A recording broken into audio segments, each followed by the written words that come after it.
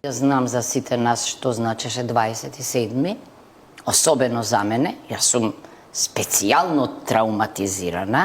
Причината зошто, бидејќи за време на мојов мандат веќе тројца од нив починаа во затворот со драконски, не со одветни казни. Ама госпожа До сега можеш ги помилуваш? ГСД, 2 години имаше простор да ги помилуваш. И луѓето идеат да си се средат и да си го продолжат животот. Од кого си згрозена, од сама себе?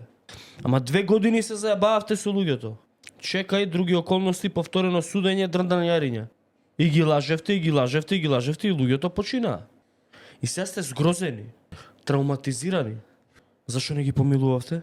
Ветувавте у кампања дека ги помилувате? Абе, што мислите вие овдека што е лоботомиран цел народ? Не сте добри вие.